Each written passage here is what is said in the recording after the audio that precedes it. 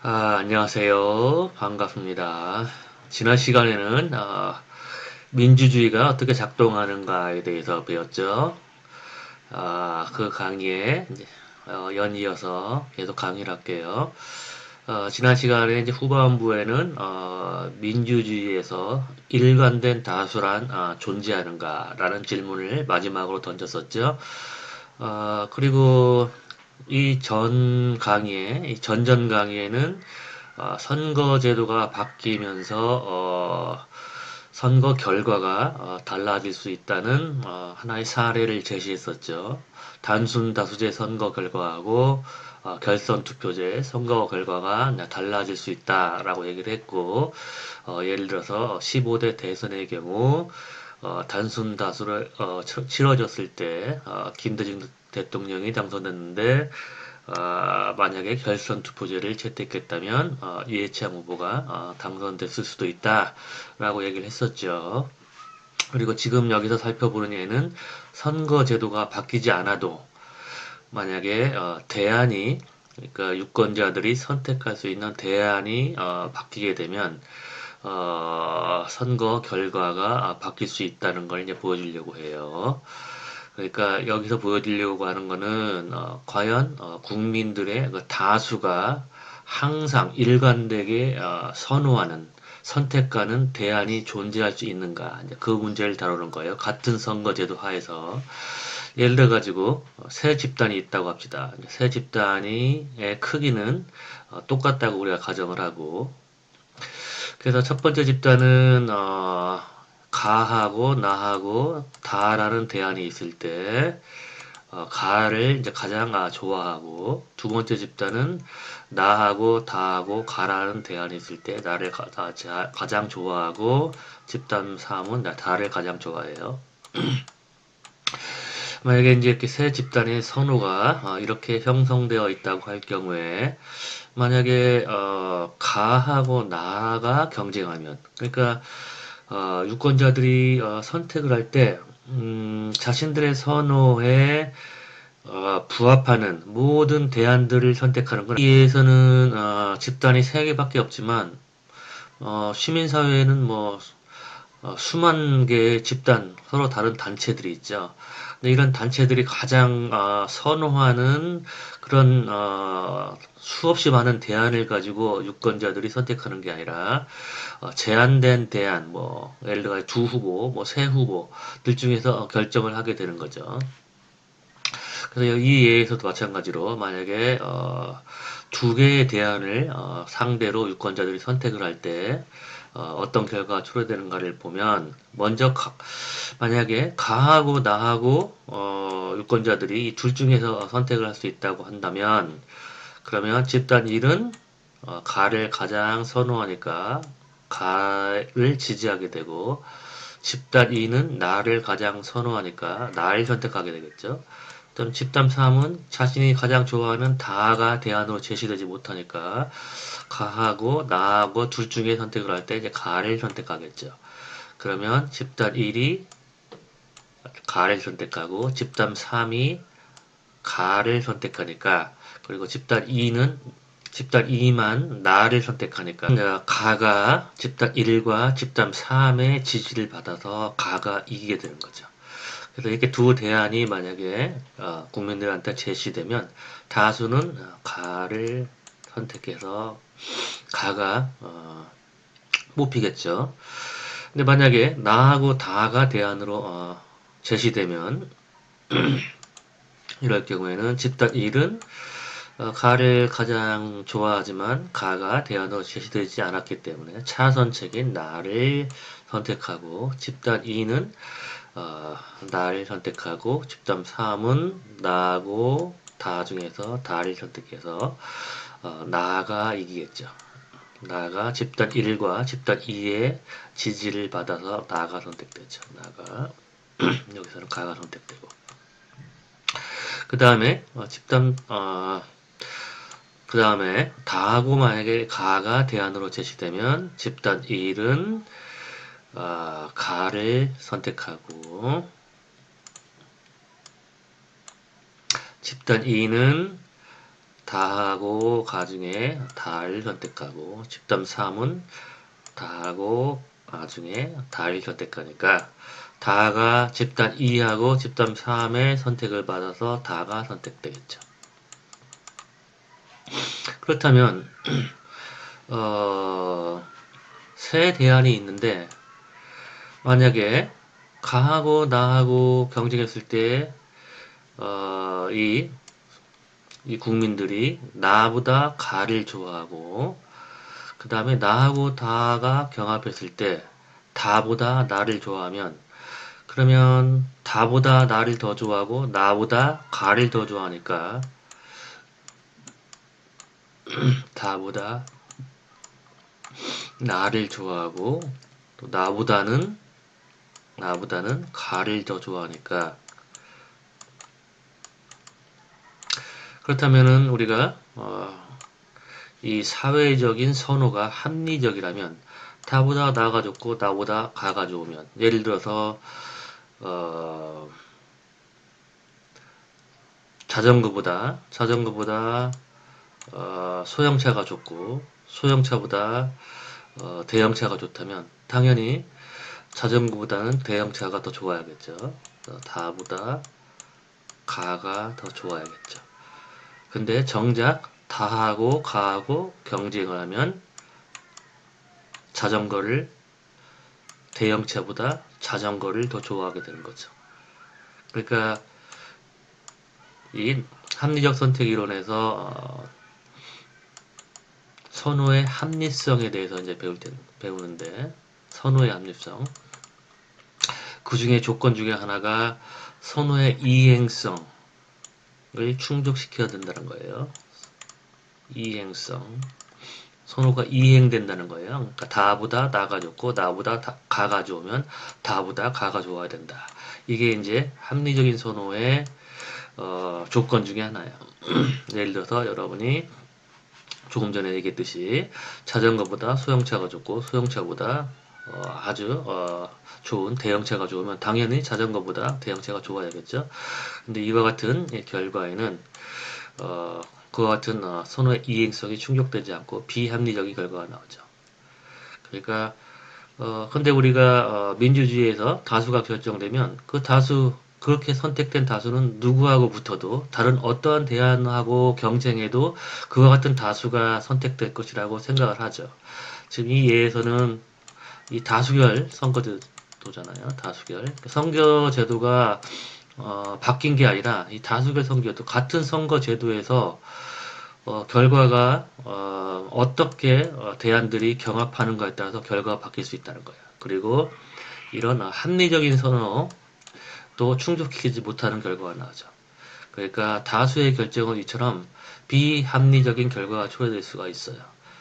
그러니까 선호의 이행성도 충족되지 않고 그리고 일관된 다수 누구하고 붙어도 항상 선택되는 다수가 초래되는 게 아니라 어떤 대안하고 경합하는가에 따라서 서로 다른 다수가 결정되게 돼요.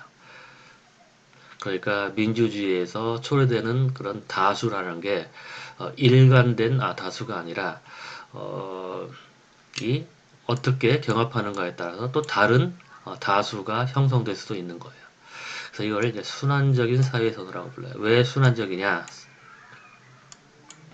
가하고 나하고 다가 있으면 가하고 나하고 경합하면 가가 이기게 되는 거죠. 나하고 다하고 경합하면 나가 이기고 가하고 다가 경합하면 다가 이기니까 이렇게 화살표로 연결하면 이렇게 순환적인 사회선호. 이거는 이제 콘도세 패러닥스라고 불러요. 콘도세라는 불란서의 수학자가 밝힌 거예요. 콘독스의 패러독스 역설. 콘독스의 패러독스 또는 역설. 콩도르세라고도 하고 영어로는 칸토세이라고도 부르고. 근데 이거를 이제 이거는 하나의 예에 불과한데 이거를 더 일반화시켜서 노벨 경제학상을 받은 에로가 impossibility theorem, 불가능성의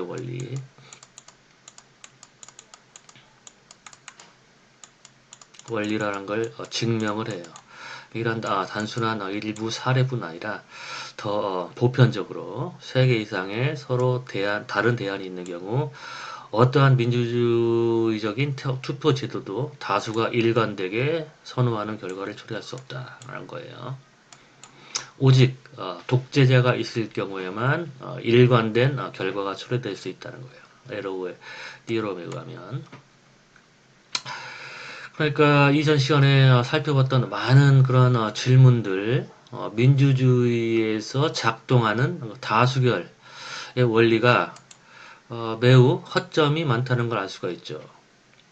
그러니까 다수가 최적화 결정을 내리는 것도 아니고, 그리고 또 우리가 권위를 부여하는 다수의 결정이 또 공정한 것도 아니라고 했죠. 항상 소수에 머무를 수밖에 없는 그런 집단도 존재하고, 그러니까 최적화한 것도 아니고 공정한 것도 아니고, 그리고 일관된 것도 아니죠. 일관성도 존재하지 않고 공정성, 그 다음에 최적성 모두 다 만족시키지 못한 게 민주주의죠. 그러니까 여러분이 이 수업이 이제 민주주의와 선거제도고, 여러분이 민주주의에서 살고 있기 때문에 그 민주주의에 대한 여러 좋은 얘기를 많이 들었죠.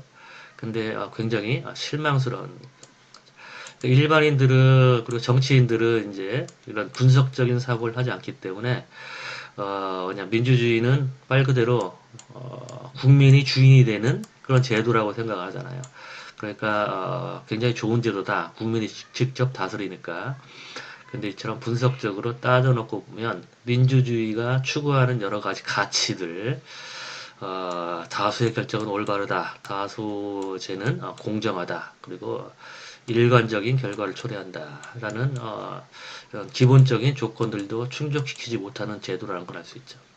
그렇다면은 민주주의보다 더 나은 제도가 있는가? 이제 그런 것들은 이제 정치 철학을 하는 사람들이 공부를 해야겠죠. 뭐 심지어 이제 플라톤 같은 사람은 철인 정치를 내세웠죠. 민주주의의 이런 문제점을 뭐 이렇게까지는 인식하지 못했어도 민주주의에서 우매한 결정, 다수의 횡포 그런 걸 우려했기 때문에 모든 것을 잘 알 수 있는 철인이 다스려야 된다.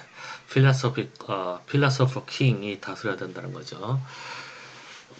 근데 이제 여기에 또 이제 대응하는 이론은 collective wisdom,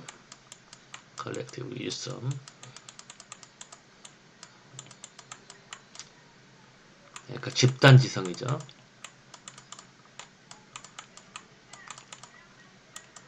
집단 지성이 이제 주장하는 바는 아무리 철인이더라도 이 철인이 내리는 결정보다 집단이 더 현명한 결정을 내릴 수 있다는 주장을 해요. 실제로 미국에서는 이제 실험을 통해서 굉장히 보통 사람들인데 여러 다양한 그런 직업적 특성이나 뭐 다양한 뭐 성별 특성 그런 보통 사람들이 만드는 결정이 아주 전문가들 또는 뭐 학자들이나 이런 사람들이 내리는 결정보다 더 현명한 결정을 한다는 그런 실험 결과들을 이제 발표하기도 해요.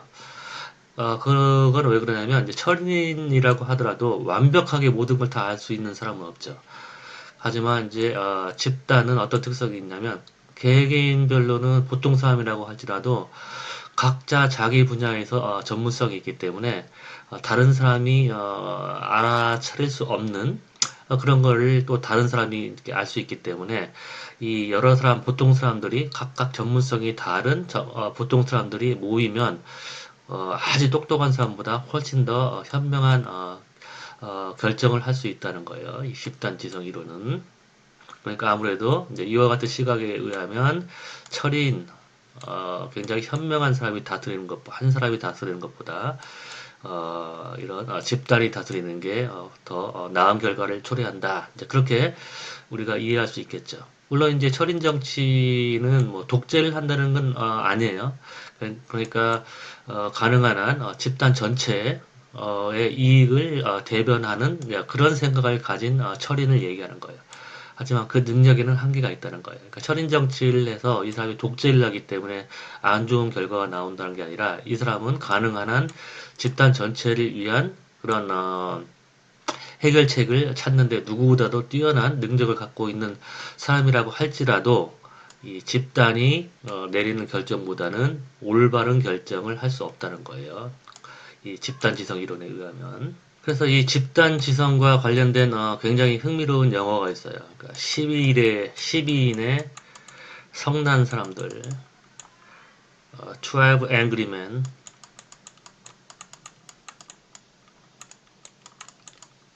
그러니까 미국에는 이 주어리 시스템이잖아요. 그러니까 보통 사람들이 재판에 참여해가지고 배심원제라고도 하죠.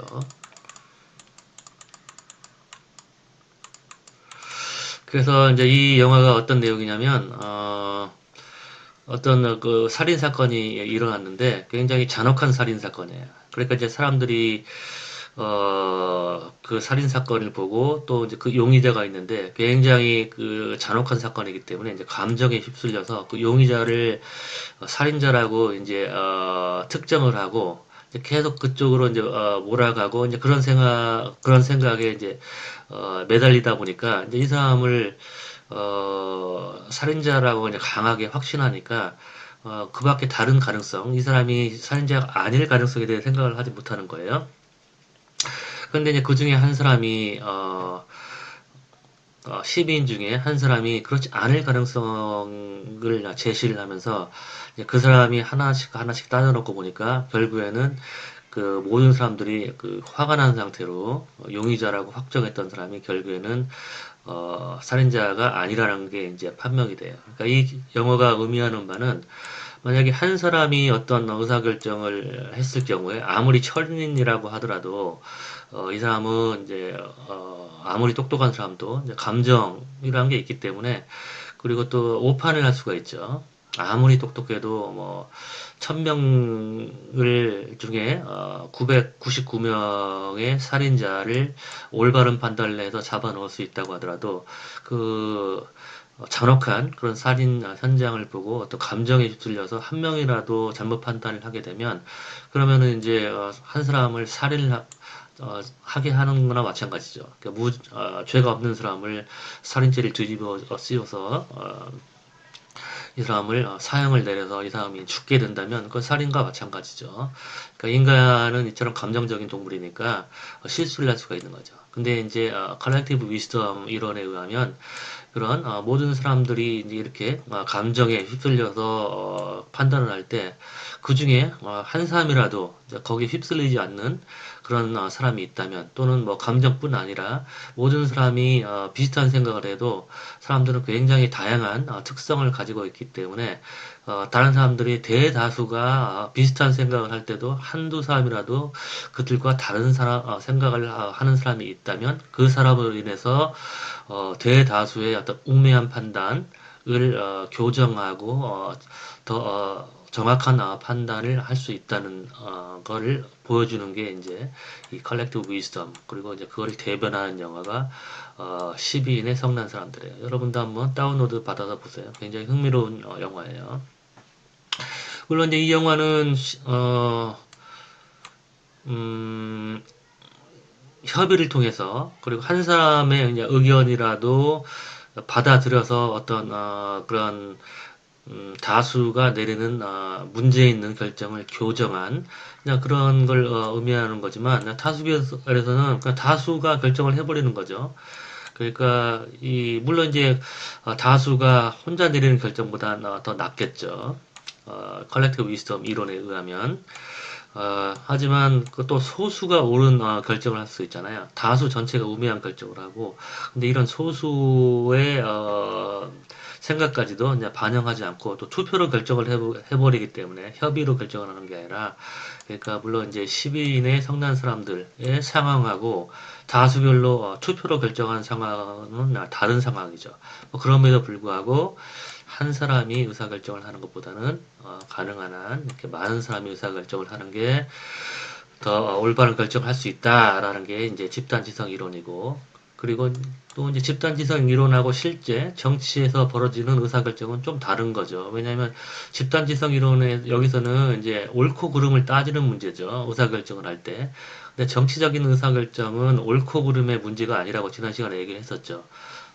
좋고 싫음의 문제, 그 이익에 관련된 문제이기 때문에 이익을 쫓는 사람들, 어떤 특정한 이익을 쫓는 사람이 다수라고 하면 그게 옳지 않아도 그게 의사결정으로 만들어지는 것이죠. 그렇죠? 그러니까 집단 이성 이론이 또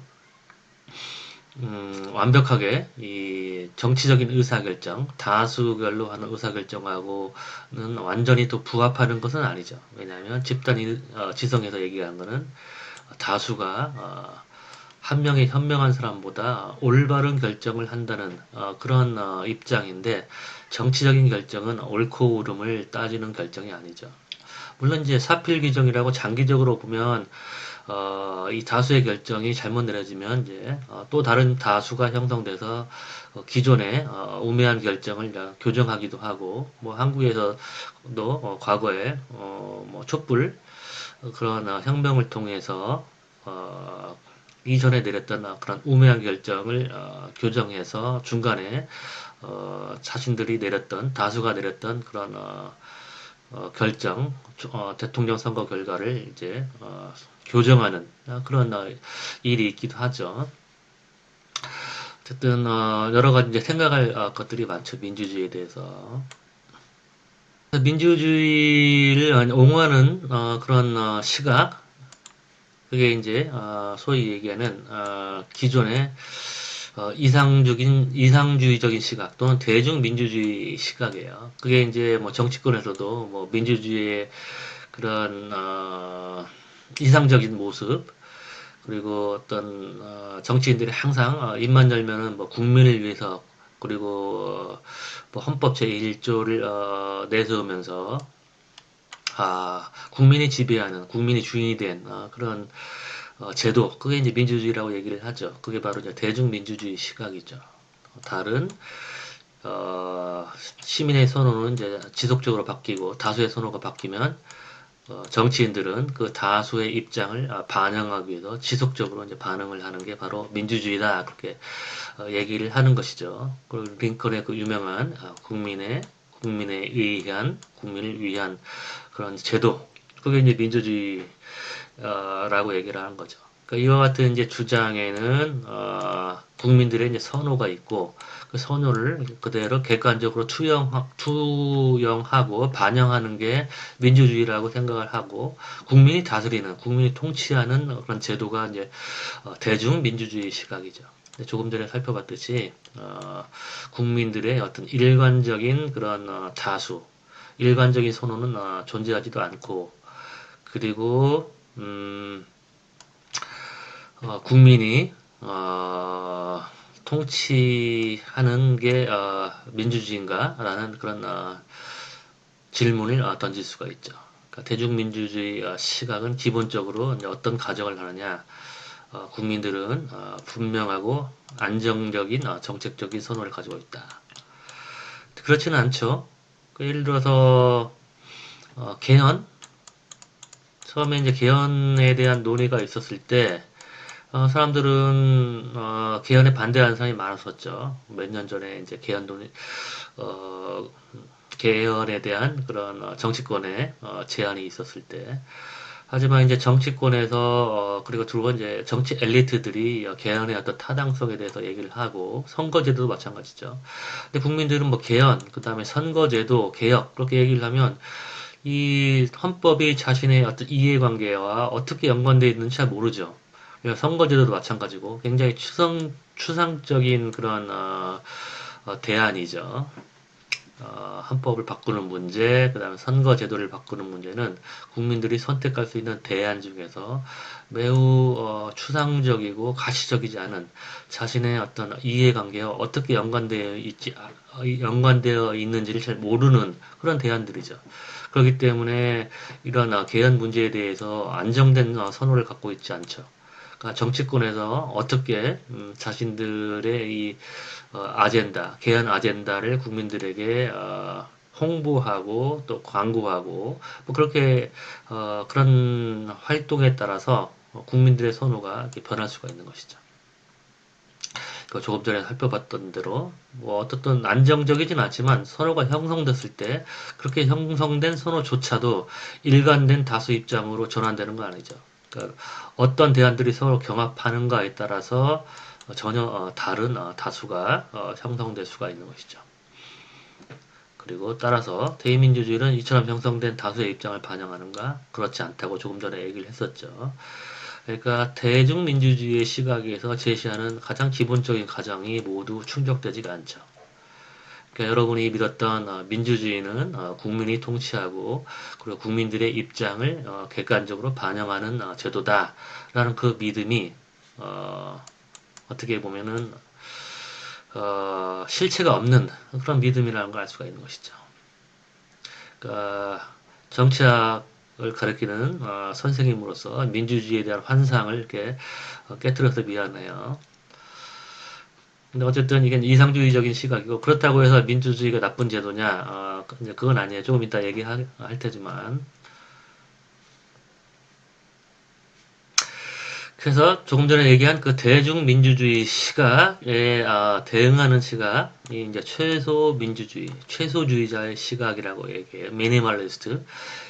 조셉 슌페터라는 정치 경제학자가 내세운 시각인데 조금 전에 얘기했듯이 민주주의에서 국민이 통치하는 건 아니라는 거예요. 국민들은 일관된 선호가 있지도 않고 굉장히 선호가 변덕스럽고 자주 변하는 것이고 또 정치인들이 국민의 선호를 형성시킬 수도 있고 그리고 국민의 안정된 선호가 형성된다고 하더라도 그와 같은 안정된 선호가 일관된 결과로 초래될 수도 없다는 것이죠.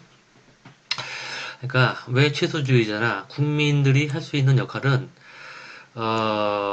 자신의 어떤 그 선호를 적극적으로 반영할 수 있는 게 아니라 어, 정치인들 그리고 또 지도자들이 한 국정 운영을 승인하느냐 또는 거부하느냐 이런 선택만 할 수 있다는 거예요. 그러니까 기존 정권의 국정 운영을 심판하고 또 아니면은 보상할 수 있는 그런 최소한의 역할만 할 수 있다는 거예요. 그러니까 자신들이 가지고 있는 그 선호를 적극적으로 반영할 수 있는 그런 기회를 가질 수는 없고 왜냐하면 다양한 선호가 있는데 그런 다양한 선호를 대안으로 선택할 수 있는 기회가 주어지는 건 아니죠. 매우 제한적인 기회만 주어지는 거죠. 대안이 뭐 두 개, 세 개 정도 그런 대안에서 선택하거나 후보도 마찬가지죠. 거대 정당의 후보. 두 후보만 주로 이제 우리는 선택할 기회가 있죠. 물론 이제 군소 정당의 후보들도 우리가 선택을 하지만 아, 군소 정당 후보들에게 뭐 투표해봤자 사표가 되기 때문에 유권자들은 주로 군소 정당 후보를 지지함에도 불구하고 어차피 자신의 표가 사표가 되는 것을 방지하기 위해서 큰 정당의 두 후보들 사이에서의 선택을 어떻게 보면은 강요받는 것이죠. 특히 단순 다수제에서는 물론 이제 비례대표제에서는 여러 군소 정당 후보들을 선택해도 사표가 발생하지 않기 때문에 더 다양한 선택권이 있지만 그렇다고 해서 국민의 선호가 뭐 수백, 수천만 그런 다양한 선호가 있는데 그런 뭐 수백만 가지의 대안을 가지고 선택하는 건 아니죠. 정당이 비례대표제라고 하더라도 뭐 기껏해야 뭐 10개 정도 그 정도, 그러니까 의석을 확보할 수 있는 그런 가능성이 있는 정당은 뭐 10개 이내겠죠. 그 안에서 선택을 강요받는 거이기 때문에, 국민들이 자신들의 다양한 선호를, 이렇게 반영할 수 있는 기회는 주어지지 않죠. 그래서, 처럼, 승인 또는 거부의 최소한의 기회를 가진다라는 이제 그런 이제 주장을 하게 되는데, 이제 거기서 파생된 이론이 국민들은 이제 회고적인 투표를 한다. 그러니까 자신들의 어떤 선호를 반영하는 선거라는 거는 그런 자신들의 선호를 다양한 선호를 반영할 수 있는 그런 기회를 부여받는 것이 아니라 기존의 그런 정권, 자신들이 이미 선택한 그런 정권들이 한 국정 운영에 대해서 심판하는 그런 회고적으로 그 정권이 어떤 국정 운영을 했는가를 뒤돌아보고 투표하는 그런 기회만 갖는다는 것이죠. 실제로 이제 미국의 결과를 보면은 이제 국정 운영 중에서 가장 중요한 게 경제를 얼마만큼 발전시켰는가를 의미하는 것이죠. 그래서 뭐 여기 이제 X축은 뭐 tenure adjusted 그다음에 쿼러 14에서 15 그렇더라고 얘기하는데 뭐 이거는 자세하게 이제 여러분이 알 필요는 없고 그러니까 대통령 재임 기간 중에서 14분기, 15분기 그러니까 대통령 선거 직전에 이제 소득의 증가분을 얘기를 한 거예요. 테뉴어 어저스티는 이제 임기 기간을 이제 조정한 거란 거예요. 그러니까 짧게 얘기하면 이제 선거 당시에 소득 증가를 얘기하는 거예요. 그리고 이거는 현직 여당 대통령 후보의 이 득표율을 얘기하는 거예요. 차이를. 그러니까 야당과 여당과의 득표율 차이를 얘기하는 거예요. 그럼 이 결과를 보면은 굉장히 강한 양의 관계죠. 그러니까 현직 대통령이 소득을 증가시켜 주면 거기에 대한 보상이 이루어진다는 걸 보여주는 거죠. 0이면은 이제 여기서 여당과 야당과의 차이가 없는 경우인데 그리고 X축은 소득 증가가 없으면 이렇게 보면 그러니까 소득 증가를 그러니까 플러스인 경우에는 이처럼 0보다 더 많은 여당과 야당과 득표율 차이가 0 이상인 사례들이 훨씬 더 많죠. 그리고 그렇지 않은 경우 소득 증가를 시키지 못하면 이처럼 야당 후보가 여당 후보보다 더 표를 더 많이 받은 경우가 더 많죠. 그러니까 이 그림으로 보면은 이제 미국에서는 이제 최소한 국정 운영에 대해서 미국 사람들은 특히 이 소득 증가에 대해서 심판을 성공적으로 한다 이렇게 볼 수가 있는 거죠. 근데 이제 에이큰하고 바라테스는 이건 이제 단기적인 이런 심판을 할 수 있을 때 단기적인 성과에 대한 심판을 하는데 정작 장기적인 성과에 대한 심판은 그렇게 성공적으로 하지 못한다는 거예요. 특히 이제 공화당 같은 경우에는 선거가 있기 직전에 경기 부양책을 써서 이제 국가 경제를 이렇게 소득을 증가시켜서 미국 국민들은 그런 단기적인 그런 소득 증가에 반응을 한다는 거예요. 그렇지만 합리적인 유권자라면 국정 집권 기간 동안에 대통령의 집권 기간 동안에 소득 증가를 보고 종합적인 그런 국정 운영 성과를 보고 판단을 내서 투표를 해야 되는데 이 근시안적인 미국인들은 이 선거 당시 여기 14분기하고 15분기 이런 선거 당시의 소득 증가만 보고 그런 근시안적인 그런 단기적인 이익에 눈이 멀어서 투표를 하기 때문에 미국 국민들은 합리적인 선택을 할 수 없다는 거예요. 그러니까 이 에이큰하고 바르텔스가 하는 얘기는 이 최소주의적인 시각조차도 충족이 안 된다는 거예요. 근데 그나마 이 그림은 그래도 보여주는 게 단기적인 그런 성과에라도 이제 반응을 하는 걸 보여줄 수 있는 거죠. 물론 이제 단기적인 성과에 반응하는 거는 에이큰하고 바르텔스는 합리적이지 않다고 평가를 했는데 뭐 그나마 단기적인 그런 성과에라도 반응을 하는데 한국을 봅시다. 한국은 대통령 선거 또는 총선 또는 지방선거 당시에 평균 소득 증가율 이렇게 보면 조금 전에 미국은 단기적인 성과에서라도 반응을 해서 이 양의 관계가 나타나는데 한국은 오히려 반대의 결과가 나타나요. 또는 뭐 전혀 관계가 없는 걸로. 예를 들어서 이제 빨간색이 이제 지방선거 결과를 의미하는 거고, 점선이 총선, 그다음 실선이 대선, 그리고 굵은 선은 이제 이 세 종류의 선거를 그냥 통합한 그런 결과예요. 그러면 지방선거에서는 이처럼 평균 소득 증가율이 증가하면 오히려 국민들은 심판하는 한국 국민들은 심판을 하고, 그리고 물론 이제 이게 뭐 사례 수가 적고 통계적으로 유의미한 결과는 아니에요. 그리고 뭐 대선에서는 뭐처럼 별로 소득 증가하고 어 여야 정당 득표율 차이, 여당이 야당 제1야당에 비해서 득표를 더한 정도, 추가적인 득표를 한 정도하고는 영향이 별로 상관관계가 없다는 걸 보여주는 것이죠. 마찬가지로 총선도 마찬가지고, 한마디로 이 그림이 보여주는 것은 한국 국민들은 국정 운영 성과, 특히 소득 증가로 반영할 수 있는 그런 국정 운영 성과에 전혀 반영을 하지 않는다는 걸 보여주는 것이죠. 그거는 왜냐? 한국 민주주의 작동을 이 책에서 내가 자세하게 썼지만, 한국에는 색깔론이 이제 지배하고, 그러니까 선거가 있을 때마다 이제 색깔론을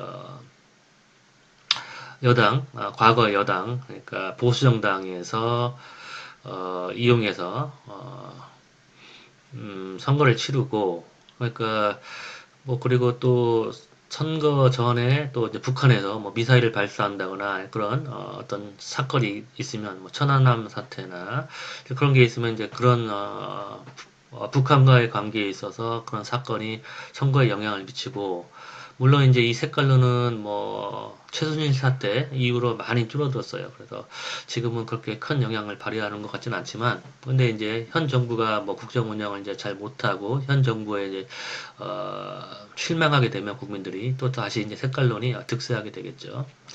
그리고 뭐 꼭 색깔론이 아니더라도 뭐 공천 파동이나, 그러니까 여당 같은 경우, 과거 보수 정당 같은 경우는 이제 아무래도 공천 절차가 시스템에 의해서 작동하지 않고 그런 당 대표의 입김이 굉장히 강하기 때문에 공천에 그런 반기를 드는 그런 후보들이 이제 발생하게 되고, 그래서 굉장히 공천이 매끄럽게 이제 이루어지지 않게 되는 거죠. 그래서 예를 들어서 뭐 19대 총선 같은 경우는 그 당시 여당 내의 어떤 공천 파동 때문에 그 당시 새누리당이 크게 참패했었죠. 그리고 또 어떤 뭐 개인적인 인기를 구가하는 그런 안철수 같은 그런 정치인이 갑자기 정당을 만들어 가지고 출마했을 때 뭐 그런 제3의 정당의 출연 가능성, 뭐 과거에는 이제 정주영 씨나 아니면 뭐 김종필 씨, 뭐 그런 거에 그런 선거 당시에 어떤 정치적인 사건에 영향을 받기도 하고, 그리고 뭐 무엇보다도 뭐 가장 큰 영향력은 역시 색깔론이었죠, 과거에는. 그래서 뭐 한때 여러분 뭐 공작이라는 이제 책이 나와서 파문이 일기도 했지만, 그 당시 15대 대선 직전에는 북한에 돈을 싸들고 가가지고 북한에 제발 좀 남한한테 대포 좀 한번 쏴달라 그런 부탁을 하기도 했었죠. 선거 결과에 영향을 미치려고. 그래서 물론 뭐 종북 색깔론을 그렇게 얘기하면서 정작 북한한테 찾아가서 남한에 포를 쏘달라고 하는 그런 집단들이 과거에 이제 보수 정당들의 집단이었죠. 지금은 이제 어, 물론 이제 그런 여러 가지 그런 선거 결과에 영향을 미치기 위한 색깔론이 의해서 상당한 기간 동안 이제 집권을 하고 표를 얻었지만, 지금은 이제 조금 전에 얘기했듯이 그렇게 색깔론의 실체가 밝혀지게 되면서 이제 많이 색깔론의 영향력이 약화되게 되었죠.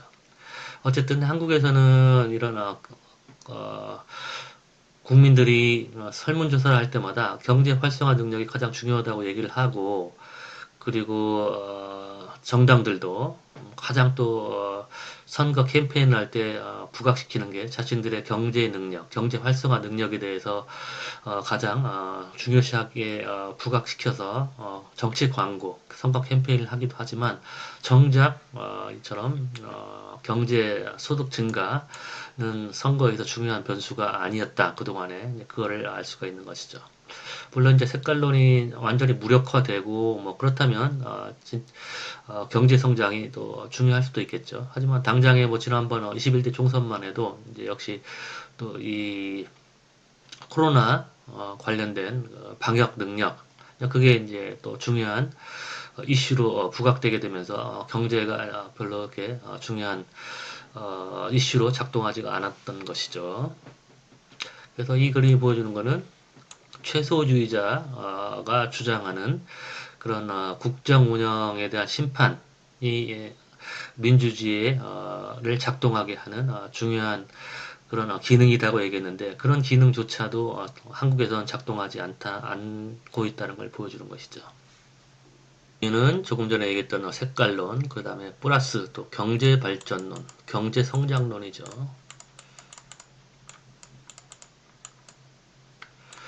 그래서 박정희 대통령이 이제 한국의 경제를 발전시켰다고 믿는 사람들이 많기 때문에 주로 이제 그 당시에 내세웠던 게 권위주의 때 어떤 이데올로기를 만들었냐면 그 반공 이데올로기와 동시에 이런 민주주의의 그런 추상적인 가치보다 더 중요한 거는 이제 한국은 이제 북한과의 어떤 그런 분단 상황에 놓여 있기 때문에 빨리 한국이 경제를 성장시켜서 이제 북한을 압도할 수 있는 그런 경제 성장을 해야 되고 또 따라서 경제가 성장하게 되면 군사적으로 압도할 수 있기 때문에 어떤 민주적인 가치나 평등의 가치 그런 것보다 경제를 성장시켜야 된다. 그게 이제 경제 성장론이죠.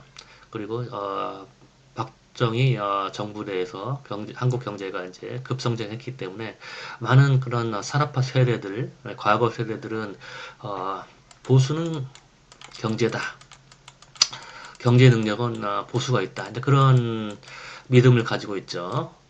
그리고 그게 이제 민주화 이후에도 그게 이제 지속적으로 유지되었고 이러한 믿음이 그리고 또 이명박 후보도 그런 자신의 어떤 경제와 경제 활성화 능력에 대한 그런 홍보, 자신의 이 현대 건설의 사장이라는 그런 이미지를 부각하고 또 선글라스 끼고 이빨 걸음하면서 이제 박정희 대통령의 모습과 비슷한 그런 박정희 코스프레를 하고 이런 식으로 해서 이제 당선이 됐었죠. 근데 이제 과거에 민주화 이후에 진보 정권과 보수 정권의 어떤 경제 성과를 비교해 보면 오히려 진보 정권에서 경제 성장률이 평균적으로 조금 더 높다는 걸 볼 수가 있어요. 뭐 큰 차이는 없어요. 하지만 뭐 일단은 뭐 김영삼 정부에서 IMF가 터졌기 때문에 뭐 마이너스 7%의 경제 성장률을 기록했었죠. 그게 이제 굉장히 큰 영향을 미쳐서 보수 정권의 어떤 경제 성장률을 떨어뜨렸고, 그리고 또 최근에 이제 박근혜 정부와 그 다음에 이명박 정부에서 기록적으로 낮은 경제 성장률을 기록했기 때문에 보수 정권이 경제 성장률이 낮게 측정이 됐죠. 하지만 또 이명박 정부와 또 박근혜 정부에서 낮은 경제 성장률은 물론 이제 뭐 보수 정권이었기 때문에 뭐 그랬다고 그렇게 얘기할 수도 겠죠 진보 쪽에서는. 하지만 그것보다는 이제 한국의 산업이 점점 고도화되면서 경제 성장을 이제 이루기가 매우 어렵죠. 어떤 매우 기술적인 그런 혁신이 있기 전에는 미국과 같이 뭐 어떤 그런 무인 자동차 테슬라나 아니면 뭐 쉘가스 뭐 그런 어 그런 혁신적인 그런 기술 개발이 있기 전에는 어느 나라에서도 이처럼 한국과 같이 OECD에 가입할 정도의 그런 경제 산업 구조화가 이루어진 국가에서는 경제 성장을 이루기가 어렵죠. 그러니까 최근 정부일수록 경제 성장률이 낮아지는 성향이 있죠. 그리고 뭐 문재인 정부도 물론 지금은 또 더군다나 이제 코로나 이런 상황이기 때문에 마이너스 경제 성장을 이루지 않으면 뭐 굉장한 커다란 경제 성과라고 볼 수 있죠. 하지만 국민들은 그걸 이제 이렇게 상대적으로 평가하지는 않죠. 일단 먹고 살기가 힘들면 현 정부 탓을 하죠. 그거는 뭐 미국도 마찬가지예요. 심지어 이제 아까 조금 전에 얘기했던 에이큰하고 바르텔스의 책을 보면 어, 해변에 그 상어가 나타나서 어떤 인명이 희생당하면 그걸 또 대통령 탓으로 돌리기도 하죠. 그리고 이제 뭐 그거는 뭐 누구나 심리가 다 그런 거죠. 국가 지도자가 어떤 여러 가지 문제 해결을 할 수 있는 그런 슈퍼맨이라고 생각을 하죠. 근데 이제 뭐 지금도 뭐 어떤 태풍도 있었고 장마도 있었고 그러면 이제 사람들은 주로 누구 탓을 하려고 하는 거죠. 그 위기에서 이제 어떤 심리적인 안정을 찾기 위해서. 그래서 가장 먼저 이제 핑거 포인팅 하는 그러니까, 탓을 할 수 있는 사람은 대통령이라고 얘기할 수 있겠죠. 물론 이제 코로나가 터졌기 때문에 굉장히 이런 심각한 국가 위기 상황이라고 할 수가 있고 그래서 뭐 당연히 여당의 탓을 할 수 있었겠지만 그 당시에 이제 또 미국에서 확진자가 더 많이 발생을 하고 뭐 그러면서 유럽에서는 또 굉장히 확진자가 확산하기도 했었죠. 선거 당시에. 그래서 또 외신에서 이제 한국의 어떤 이 방역에 대해서 굉장히 칭찬을 하게 되니까 이제 그게 방송에서 방영이 되면서 이제 외국과 상대적으로 비교를 하면서 한국이 상대적으로 이제 방역을 잘한다는 그냥 그런 그러니까 비교의 판단 근거, 준거틀이 있었기 때문에 이제 국민들이 높게 평가를 했죠. 물론 이제 뭐 그렇지만 경제 같은 경우도 이제 그렇게 국민들이 판단할지는 모르겠어요.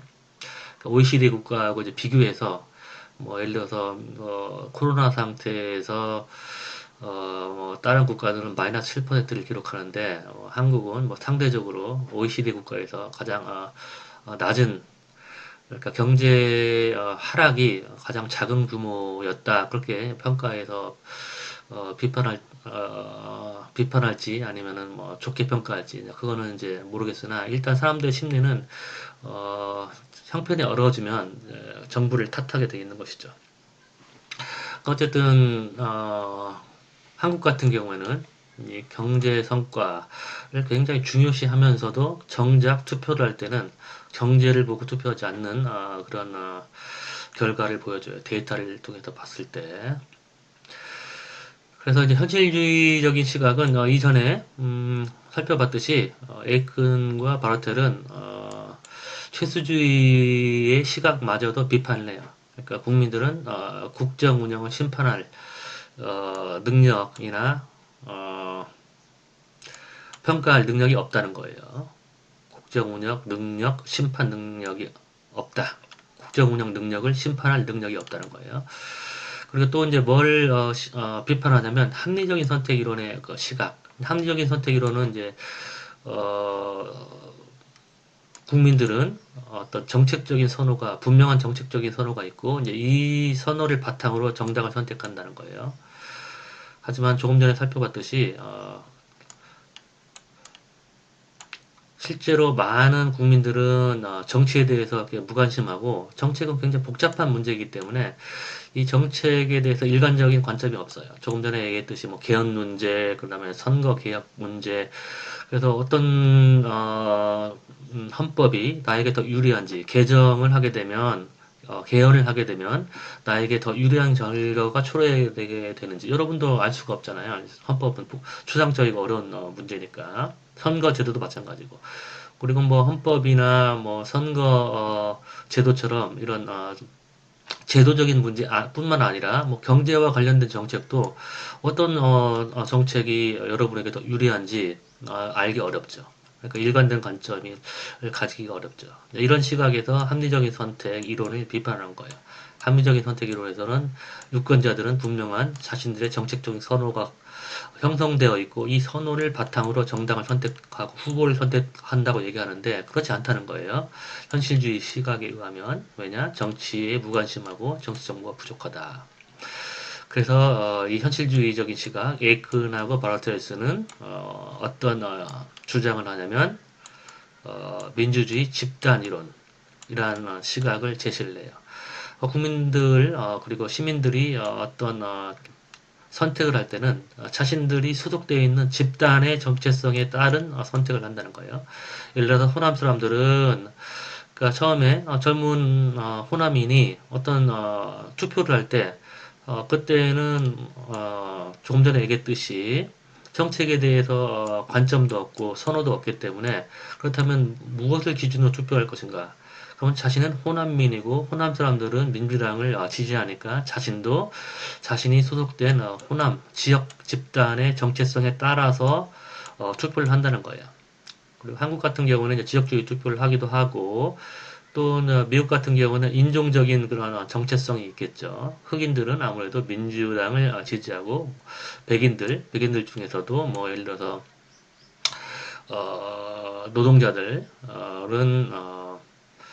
그리고 미드웨스트나 남부 지방의 남부 지역에 있는 그런 백인들은 이제 그런 백인 우월주의적인 그런 생각, 인종주의적인 생각을 가지고 있기 때문에 공화당을 지지하기도 하고 이런 식으로 그리고 또 뭐 다양한 집단 정체성이 있죠. 또 여러분이 교회에 다니거나 아니면 또 여러분은 뭐 불교 신자일 수도 있고 어떤 종교적인 정체성도 가지고 있죠. 그리고 또 여러분은 대학생이기 때문에 학생의 집단 정체성을 가지고 있고 또 아주대 학생의 정체성을 가지고 있고 그래서 여러분이 주변에서 만나는 사람들, 교회에서 만나는 사람들 아니면 아주대에서 만나는 선배 후배들 또는 또 가장 또 기본적인 그런 정체성은 가족 정체성 여러분의 부모님 그런 영향을 받아서 어떤 정치적인 그런 충성심 또 정치적인 그런 정체성이 형성된다는 거예요. 정당 일체감도 여러분이 소속된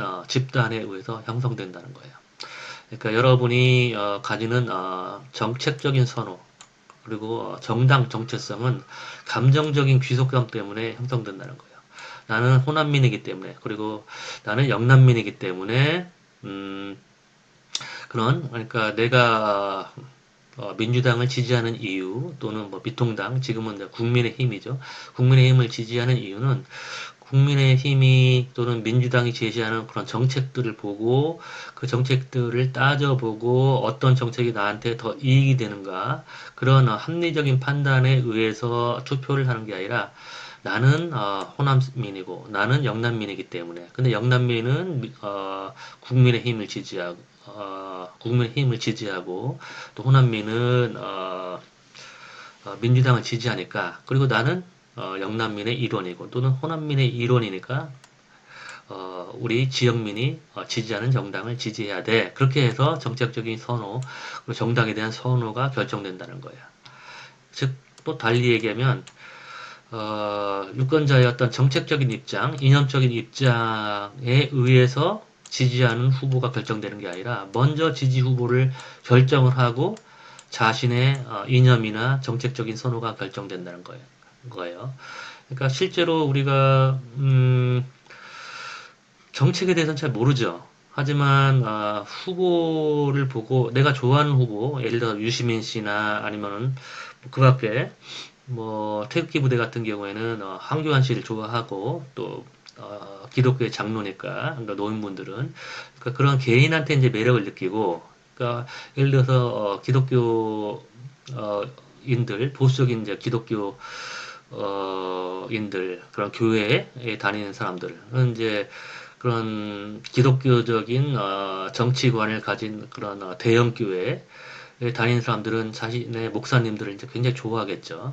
그 사람, 그 목사를 좋아하니까 그 목사들이 주장하는 말에 이제 따르게 되고, 그러니까 먼저 사람을 좋아하게 되는 거죠. 그리고 또 정치인, 뭐 유시민 씨나 아니면 황교안 씨에 대해서 매력을 느끼고 그 사람을 좋아하고, 그러니까 그 사람들이 이제 피력하는, 그 사람들이 표방하는 그런 정책 입장, 그 사람들이 표방하는 이념적인 입장을 좋아하게 된다는 거예요. 그러니까 먼저 인간에 대한 선호가 먼저 형성이 되고, 근데 인간에 대한 선호는 주로 이제 이런 감정적인 선호, 감정적인 이유 때문에 좋아하는 것이죠. 인간에 대한 매력.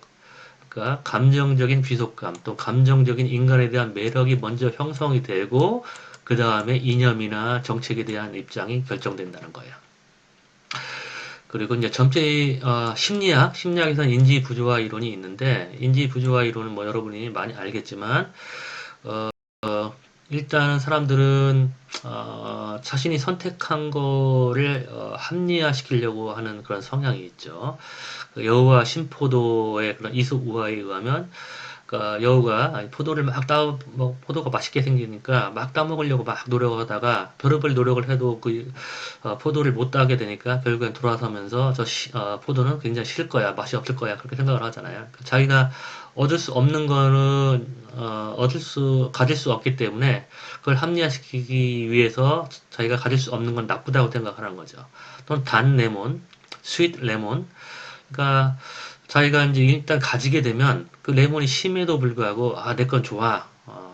맛있어. 그렇게 생각을 하는 거죠. 그러니까 여러분도 실제로 뭐 여러분이 굉장히 가지고 싶은 게 있는데 가질 수 없으면 에이 저거는 뭐 가질 수 없어. 예를 들어서 뭐 굉장히 좋은 차나 아니면 뭐 좋은 집이 있으면 뭐 좋은 집에 살면 뭐해. 그리고 뭐 어차피 집은 가져봤자 뭐해. 그러니까 요즘에 특히 20대, 30대 젊은 층들이 집을 이제 가지기 어렵다고 얘기를 하잖아요. 그러니까 집을 뭐 꼭 살아야 되나? 뭐 그렇게 생각을 하는 거죠. 그 대신 내가 하고 싶은 거 할 거야. 뭐 이런 식으로.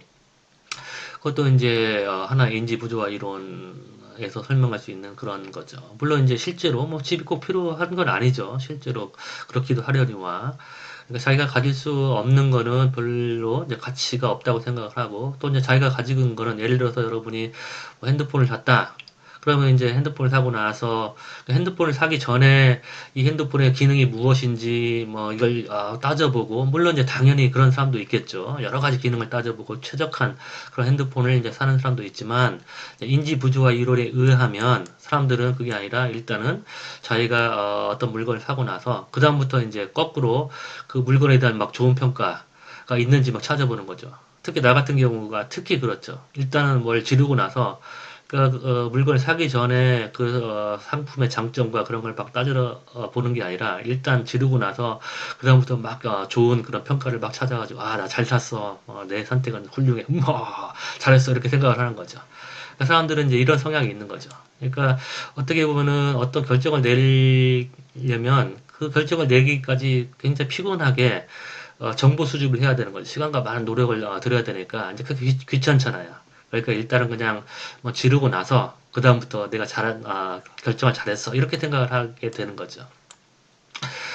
그래서 마찬가지로 이 현실주의적인 시각에 의하면 사람들은 이렇게 합리적인 선택에서 얘기하는 것처럼 어떤 정책적인 선호를 형성시키기 위해서 이것저것 뭐 정보를 수집하고 그렇게 해서 정책적인 선호를 형성시킨 다음에 이 정책적인 선호에 의해서 정당을 선택하고 정책을 하는 게 아니라 거꾸로 일단은 자기가 가장 쉽게 매력을 느낄 수 있는 게 바로 인간이죠. 어떤 후보 아니면 정치인에 대해서 그런 감정적인 그런 선택을 한 다음에 이제 그 선택에 의해서 정당을 선택하고 그 자기가 선택한 정당이 올바른 정당이다, 나에게 맞는 정당이다. 거꾸로 그렇게 합리화를 시킨다는 것이죠. 그래서 이런 이제 이론이 있죠.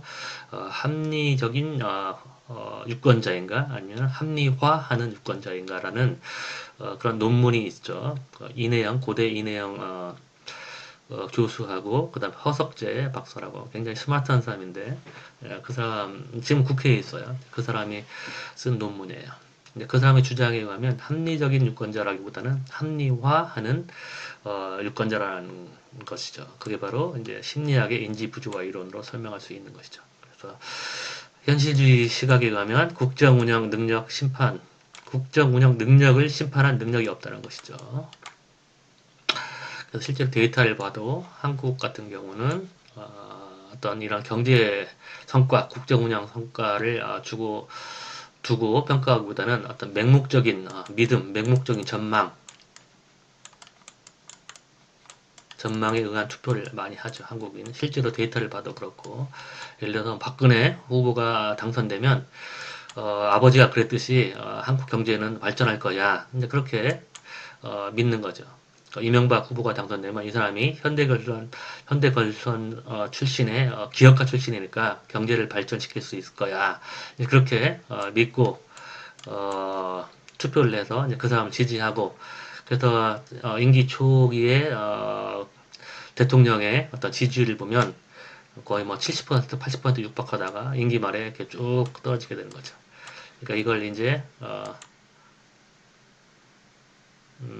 대통령 지지율의 필연적 하락의 법칙이라고 하는 거죠. 대통령 지지율의 필연적 하락의 법칙. 이걸 이제 내가 논문에 썼는데, 이거는 뭐냐면, 좀 전에 얘기했듯이, 사람들은, 정치인들 또는 정당들이 제시하는 자신들의 유인가치, 자신들의 어떤 장점, 능력, 이들이 가공 생산한, 어떤 능력에 대해서 맹목적으로 이제 믿게 되는 것이죠. 조금 전에 얘기했듯이, 이 사람들에 대한 정치 정보, 이 사람들이 정말 얼마나 능력이 있고, 이 사람들이 얘기하는 게 얼마나 사실인지를 그걸 다 따져보려면 엄청난 시간과 능력, 노력이 필요한 것이죠. 그러니까 이런 노력을 들이기보다는 일단 믿고 보는 거죠. 그러고 나서 그게 사기극이라는 게 밝혀졌을 때는 지지율이 이렇게 뚝 떨어지는 것이죠. 그게 이제 대통령, 이것도 정당의 입장에서는 당연히 당선되기 위해서 후보의 입장에서는 자기 자신의 능력을 가공 생산해서 유권자들에게 이제 홍보할 수밖에 없는 것이죠. 그 유권자들은 이제 겉으로 보이는 거, 그러니까 과대 광고, 허위 광고에 이제 현혹돼서 선택을 하게 되는 거고, 나중에 이제 그 실체를 알게 됐을 때는 지지율이 이렇게 뚝 떨어지게 되는 거죠. 그게 바로 대통령 지지율의 필연적 하락의 법칙이다. 이제 그게 논문의 요지인 것이죠. 그러면 오늘은 이 민주주의의 새 시각 여기까지 강의를 할게요. 수고했어요.